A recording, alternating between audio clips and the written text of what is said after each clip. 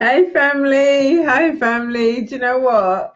Um, I just realized that um I was live in my Facebook group and not on my actual timeline. So I'm so sorry about it. I'm so annoyed because I really wanted to chat to everybody. So anyway, I've posted the video on my timeline and I just thought I'd just quickly hop on and just say hello anyway. And to say thank you all as well for all the messages and stuff that you're sending about my sobriety. Obviously I wasn't supposed to be live and I was really anxious about it and everything. So anyway, I did it and there's a lot of stuff in there. So yeah, it's really I'm really grateful. So yeah, if you go onto my timeline and just go to the video below, you'll be able to see everything, chat everything. Hi Green Light, how are you doing? I know there's a delay on this thing, so I don't know if you can hear me. Hi Paulette, everybody's joining. I don't know if I should. I'll just stay on for 5 minutes. I'll just stay on for a few minutes and just chat. I hope you're all okay. I don't know if anybody's got any questions or anything. I've just done I did the video just a little while ago, and I realised that wasn't a video; it was actually live. But I realised it was in my group, and it should have been on my timeline. And I did change it, but somehow it must have just reverted back. I don't know why it's done that, but anyway. But yeah, so it's really great to see everybody. I just wanted to say thank you to everyone for all your messages and everything about my sobriety. I'm so grateful. I'm so happy that I'm here 8 years later, and yeah, it's been an amazing journey. It's been an amazing journey for me. Um, yeah, I'm just waiting for a few more people to come on.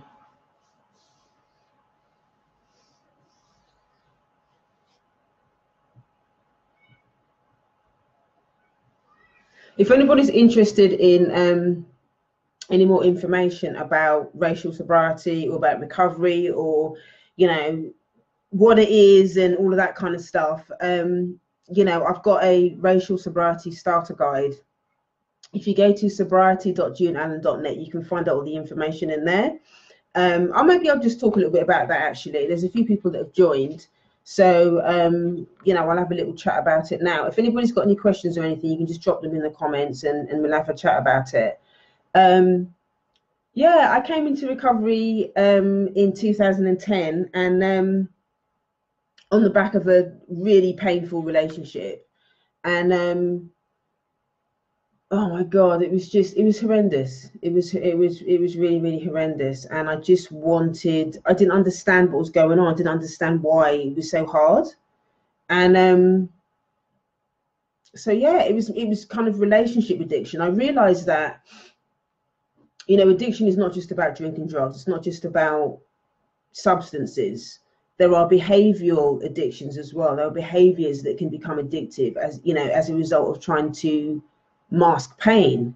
And so it's important to understand that part of it as well. And for Black people, this is something that's very, very key for us, because living under the system of racism, we're constantly being targeted, we're constantly being oppressed, and living under that situation is painful. It's very painful.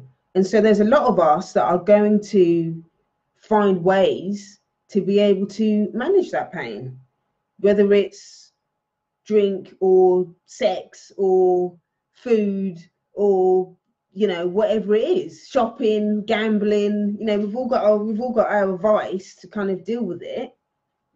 And mine was compulsive avoidance. I just wanted to hide.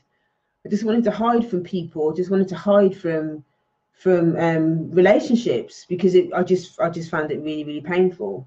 But being in recovery, it saved my life.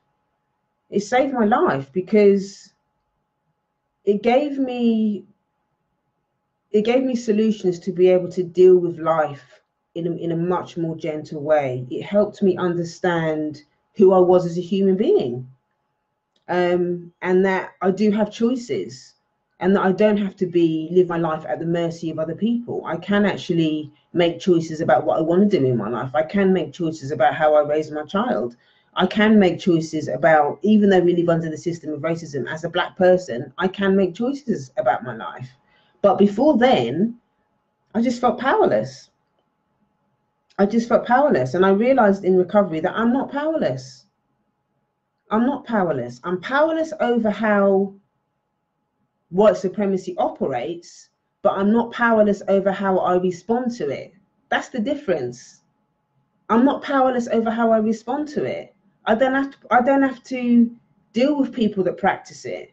I can set boundaries, and I can deal with, I don't have to absorb that stuff, because I've learned how to process it.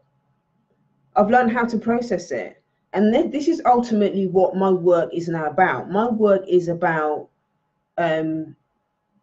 taking what I've learned from the recovery process, because, you know, to be truthful, recovery is very white middle class. It is in the UK anyway. From my experience, it's very white middle class. So there isn't the space. There isn't the space for people to talk about their Black experience, their racial experience, their Black pain, because it triggers other white people. And I believe that racism is an addiction to power. I believe it's an addiction to dominating other people. And I think it's, for a lot of people, it's unconscious. You know, a lot of white people find it hard to talk about it because they think, well, like, you know, I don't go to KKK meetings. You know, I'm not walking around with a Confederate flag on my, you know, I don't like Donald Trump. So, you know, and I'm quite liberal. So therefore, I can't be racist. But the thing is, it's important for people to understand that a lot of, you know, the way that white supremacy operates is, you know, it trains people for white people to have that sense of entitlement, and for Black people coming into that system, we're trained to feel less than. So we have a codependent relationship with white people, because that's how we're taught. That's how the system is set up. So for me, recovery was all about, let me give you another analogy actually that might help understand. There's one of the recovery fellowships where they talk about, well, it's specifically around, you know, abusive parents and, you know, adult children. And, you know, these are people that have been raised in alcoholic homes, not necessarily alcoholic, but abusive homes, dysfunctional homes, and the children don't really get the opportunity to develop emotionally, spiritually, physically, because of all the violence and oppression and all the rest of it that they've experienced in their home, within their family of origin. So, you know, some of the stuff that I've read about in this particular fellowship has been quite amazing, because what I learned is that it's the same dynamic that Black people have to deal with in society. Black people have become the adult children of society, and white supremacy is the abusive adult. And so this is kind of, not only does this happen at a social level, this also happens in a lot of Black families as a result of internalized racism within the home. So what recovery is given is teach me, and then what I now teach other people about racial sobriety is, I teach that dynamic. I teach people how to understand it at that level. And so the healing process is about, first and foremost, understanding how racism is internalized within yourself. You've got to first understand it within yourself in order to change it. So you have to understand how you think about yourself, how what your internalized white supremacist sounds like. Who is that person? What's the dialogue? What goes on in your head as a result of racism? What have you absorbed? So it's important to first understand that. Once you understand how that operates within yourself, then you can start to look at it how it operates within your family, and you start to see things very differently, how it plays out, how the trauma plays itself out, how the denial plays itself out. Or you're not allowed to have those conversations, or you're not allowed to say this to that person, and how shame and you know, how we've absorbed a lot of the white supremacy behaviors and values and all of that kind of stuff, and we're recycling that stuff in the family. We're recycling that stuff in our families. And so it becomes very difficult for us as Black people to heal and get forward, get ahead, because we haven't healed that stuff. We haven't dealt with it. We're still recycling it, and we don't understand it at a deeper level. We don't understand it in the context of racial sobriety, because we're still in it. We're still in the system of racism, and we have to find ways to process that stuff, and to be honest about it. You know, there's a lot of us that are that spend a lot of time thinking and talking about the external part of white supremacy. What, you know, we know what Donald Trump's doing, we know what this person's doing, all the stuff that you see on social media about, you know, how white people are behaving, calling the police on us and all the rest of it. But what a lot of people don't really talk about and don't process is how does that impact how you feel about yourself? How do you treat yourself when you're exposed to that stuff? How do you treat the people that you love? How do you treat the people in your family? How does that function? How does that impact the way that you take care of yourself and take care of those around you? How does that impact your ability to function as a human being? A lot of people are not having those conversations because we're not aware. We just absorb it, and we're acting it out in different ways, but we're not making that connection. That's the real truth about what real self-knowledge is. That's what real knowledge is. It's not always just about pyramids. Pyramids are great, and it's good to have the history and all of that kind of stuff, but ending white supremacy is about self-awareness, about understanding how white supremacy has impacted you. Learning about your history is just one aspect of it. Economic empowerment is just one aspect of it. And quite often I see people using those things to avoid doing the internal work that needs to be done to create real change. The internal work is what's going to break pathologies. The internal work is what's going to build communities, build relationships, create unity within the community. How many times do you hear people say that? Oh, Black people can't come together, there's no unity. It's because we're not doing the internal work. If you want change, you've got to do the internal work. It's that simple. You've got to do the internal work.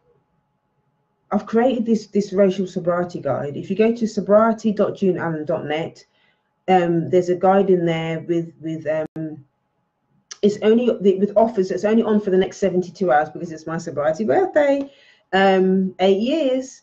But it's only on for the next 72 hours. And within that particular beginner's guide, there's loads of audios where I talk about recovery in particular, the link between racism, addiction, and recovery, the recovery process from a racial perspective, so you can understand it, you can make sense of it.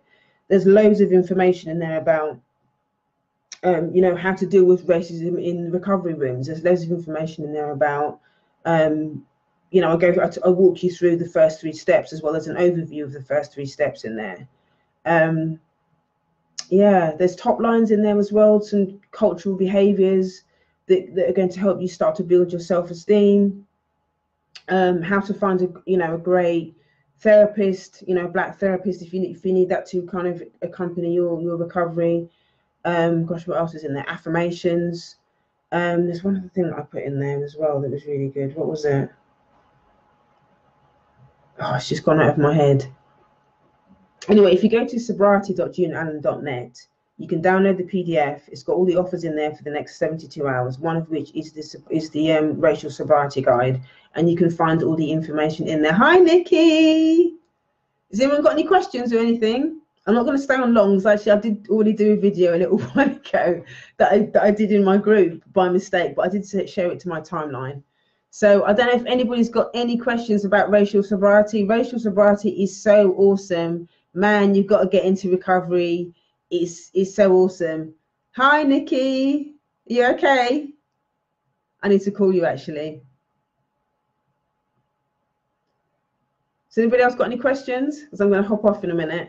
I've got to go and pick up my daughter. But it's been so good to see everybody. It's been so good to see everybody. If you know anybody who has an issue with addiction or wants to talk about addiction or likes the idea of racial sobriety but doesn't know where to start, go to sobriety.juneallen.net. If you need to schedule a call with me, I do mentorship as well. I do peer group support mentorship.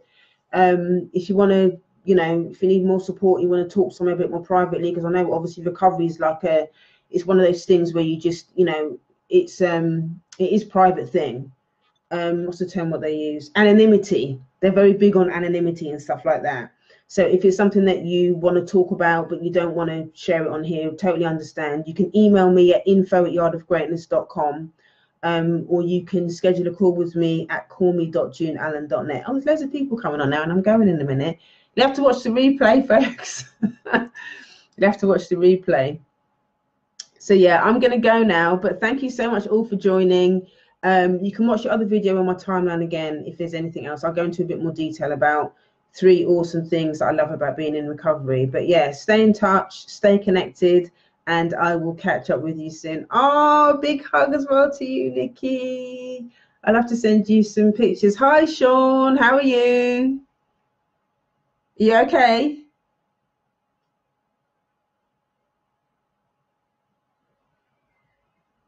So nice to see everybody. I'm going to go now anyway. So goodbye, everyone. I'm going to enjoy the rest of my sobriety birthday. Don't forget to sign up, and I will see you soon. Take care.